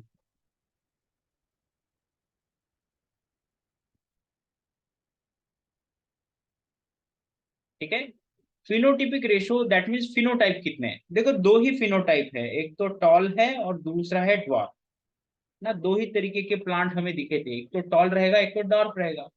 अब हमें ये पता है कि कैपिटल टी सप्रेस करता है स्मॉल टी को, तो जहां जहां पर कैपिटल टी प्रेजेंट रहेगा वहां वहां पर 100% टॉल ही ऑर्गेनिज्म प्रोड्यूस होगा। जैसे कि यहाँ पर आप देख सकते हैं दोनों कैपिटल टी है तो कोई प्रॉब्लम नहीं, टॉल रहेंगे। यहाँ पर कैपिटल टी स्मॉल टी है तो कैपिटल टी डोमिनेट कर देगा, टॉल रहेंगे। यहाँ पर कैपिटल टी स्मॉल टी रहेगा तो ऑब्वियसली टॉल रहेंगे। और यहाँ पर भी कैपिटल टी स्मॉल टी रहेगा तो basically dwarf, we can say dwarf combination बनेगा। ठीक है, यहाँ पर वो इसलिए क्योंकि कैपिटल टी प्रेजेंट है ही नहीं, दोनों भी रिसेसिव या म्यूटेटेड फॉर्म है। मतलब कि तीन टॉल मिलेंगे और एक डॉर्फ मिलेगा। तो अगर चार में से तीन टॉल मिल रहे हैं और एक डॉर्फ मिल रहा है, मतलब कि 100 में से 75 टॉल मिलेंगे और 25 डॉर्फ मिलेंगे। अगर आपने सेल्फिंग करने के बाद आपने 100 सीड्स को जमीन में सेल्फिंग के बाद डाल दिया और 100 प्लांट्स ग्रो हुए, पी प्लांट्स 100 ग्रो हुए, उसमें से 75 कितने होंगे, टॉल होंगे। 75 क्या होंगे, टॉल होंगे, और 25 डॉर्फ होंगे।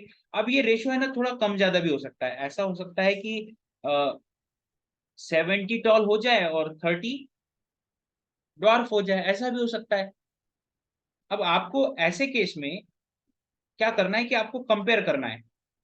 ठीक है, तो सपोज 30 है, 30 फिर सपोज इसका डबल होता है 60, 60 का होता है 90, राइट। तो ये जो रेशो है ना वो आपको दिख रहा होगा कि थोड़ा 3 टाइम्स मोर आ रहा है ना। तो ऐसा कंपल्सरी नहीं है कि 100 में से ही 75 25 आएंगे। जो रेशो है वो ओवरऑल सेम रहेगा, 3:1 ही रहेगा, राइट। क्वेश्चन में आगे जाकर आपको ऐसा आ सकता है कि there are suppose 73 tall plants and we have 22 we can say dwarf plants। तो इसके बेस पर आपको क्या लगता है, ऐसा कुछ क्वेश्चन आ सकता है। तो देखो थोड़ा सा अपना व्यू जो है ना वो ब्रॉड रखना। 3:1 का ये रेशो आता है। हालांकि ये एग्जैक्टली इक्वल रेशो को रिप्रेजेंट नहीं करता, लेकिन रिलेशनशिप तो 3:1 वाली ही आती है दोनों आंकड़ों को देखने के बाद। ठीक है, तो फिनोटिपिक रेशो आया 3:1, जीनोटिपिक रेशो आया 1:2:1। आई बात समझ में?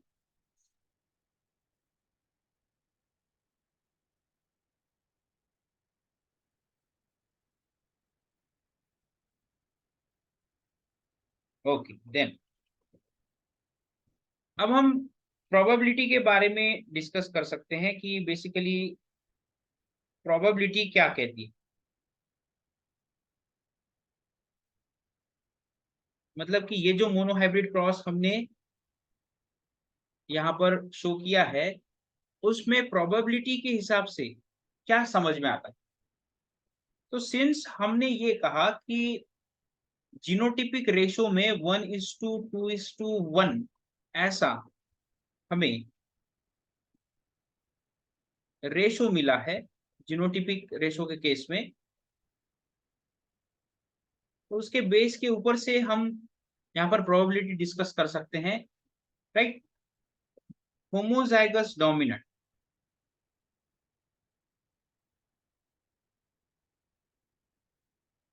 होमोजाइगस डोमिनेंट, होमोजाइगस डोमिनेंट मतलब इसकी प्रोबेबिलिटी 1/4 आएगी। देखो हमने क्या कहा था कि homozygous dominant capital T present है, टोटल ऑर्गेनिजम्स हमने कितने कंसिडर किए, 4 ऑर्गेनिज्म कंसिडर किए। तो 4 में से एक क्या आ रहा है, 4 में से एक क्या आ रहा है, होमोजाइगस डोमिनेंट। मतलब कि प्रोबेबिलिटी कितनी हो गई, 1/4, राइट। हेटेरोजाइगोट की प्रोबेबिलिटी क्या हो जाएगी, हेटेरोजाइगोट की प्रोबेबिलिटी हो जाएगी 4 में से 2। जीनोटिपिक रेशियो के अकॉर्डिंग हमने क्या कहा था, कैपिटल टी स्मॉल टी 2 है, तो 4 में से 2 हेटेरोजाइगोट की प्रोबेबिलिटी हो जाएगी, मतलब कि 1/2, मतलब कि हाफ। और जो होमोजाइगस रिसेसिव रहेंगे वह अगेन 1/4 आएगा, राइट। अब इसमें से अगर हम फिनोटिपिक रेशियो निकालेंगे, सपोज हमने फिनोटिपिक रेशियो निकाला, फिनोटिपिक रेशियो के बेस के ऊपर प्रोबेबिलिटी हमने डिस्कस की, ठीक है। तो आपको पता है कि ये दोनों कंडीशंस टॉल को रिप्रेजेंट करती है, राइट। तो टॉल के लिए आप 1/4 प्लस 1/2 करोगे, तब जाकर आपको 3/4 मिलेगा, राइट। तो 3/4 हो गई प्रोबेबिलिटी ऑफ टॉल फिनोटाइप। और अगर ड्वार्फ की बात करोगे तो वो तो सिंपली 1/4 है, देखते से ही समझ में आ रहा है, ठीक है। तो हमने प्रोबेबिलिटी को यहाँ पर genotypically as well as phenotypically discuss किया। जीनोटिपिकली हम ये कहते हैं कि सर्कल का आधा हिस्सा रिप्रेजेंट करता है हेटेरोजाइगोट को, और इतना हिस्सा होमोजाइगस डोमिनेंट को, इतना हिस्सा होमोजाइगस रिसेसिव को, राइट। और फिनोटिपिक रेशियो के अकॉर्डिंग सर्कल का 3/4 हिस्सा जो है, ठीक है, 3/4 हिस्सा जो है वह टॉल रिप्रेजेंट करता है, और 1/4 हिस्सा जो है वह ड्वार्फ रिप्रेजेंट करता है। इसको आप ऐसे भी देख सकते हो फ्रैक्शन के फॉर्म में। और अगर प्रोबेबिलिटी को और समझने की कोशिश करते हो तो आप ये कहोगे कि 4 में से एक बार ऐसे चांसेस है कि होमोजाइगस डोमिनेंट आ जाए, ठीक है। 4 में से 2 बार ऐसे चांसेस है कि हेटेरोजाइगोट बन जाए, 4 में से एक बार ऐसा हो सकता है कि होमोजाइगस आ जाए, ठीक है। इसको बोलते हैं हम प्रोबेबिलिटी, इसको हम क्या कहेंगे, प्रोबेबिलिटी, राइट। और अगर फिनोटिपिक के बारे में बात करते हो तो आप कहोगे कि 4 में से 3 चांसेस ऐसे है कि टॉल आ जाए प्लांट, ठीक है। और रिसेसिव के लिए आप कहोगे कि 4 में से एक बार ऐसा हो सकता है कि ड्वार्फ प्लांट प्रोड्यूस हो जाए। आई बात समझ में।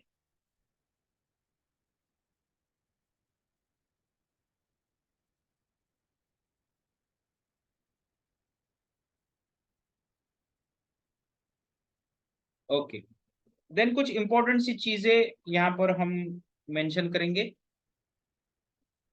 some important formulas, some important note that अगर आपको number of gametes, number of phenotype, number of genotype कितने बन सकते हैं ये पता करना है, तो आपको एक फॉर्मूला यूज करना पड़ेगा, ठीक है। जैसे कि for example you want to know the maximum different gametes,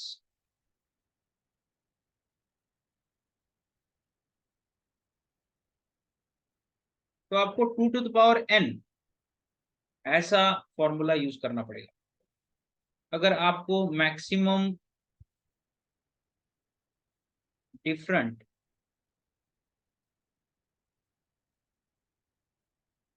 phenotypes पता कर दें तो आपको 2 टू द पावर n ये फॉर्मूला यूज करना पड़ेगा। और सपोज आपको पता करना है maximum different genotypes that can be produced, तो 3 टू द पावर n नाम का फॉर्मूला आपको यूज करना पड़ेगा। अब यहाँ पर बेसिकली एन क्या रिप्रेजेंट करता है? N represents number of heterozygous locus.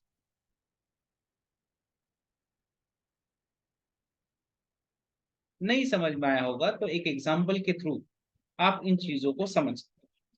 Suppose मैंने आपके सामने एक जीनोटाइप रखा, capital A, capital B, small C, capital D, small D. अब इस जीनोटाइप को देखने के बाद आप कह सकते हो कि यहाँ पर हेट्रोजाइगस लोकस दो ही है, एक है कैपिटल बी और दूसरा है कैपिटल डी स्मॉल डी। मतलब कि एन की वैल्यू जो है वो हो जाएगी 2, राइट? तो उसके अकॉर्डिंग इस जीनोटाइप से मैक्सिमम डिफरेंट गमिट्स जो प्रोड्यूस हो सकते हैं वो होंगे 2 to the power 2, that is equal to 4। यहाँ पर 4 टाइप से गमिट प्रोड्यूस हो सकते हैं। मैक्सिमम डिफरेंट फिनोटाइप्स जो इस जीनोटाइप से प्रोड्यूस हो सकते हैं वो हो गए again 2 to the power 2, that is equal to 4। And maximum different genotypes that can be produced here, that will be 3 to the power 2, that means 3 into 3, that is equal to 9। so 9 different type के genotypes यहाँ पर आप produce कर सकते हो। 4 types के different phenotypes आप यहाँ पर प्रोड्यूस कर सकते हो और 4 टाइप्स के मैक्सिमम गमीट्स यहाँ पर प्रोड्यूस हो सकते हैं इस गिवन जीनोटाइप के थ्रू। आई बात समझ में?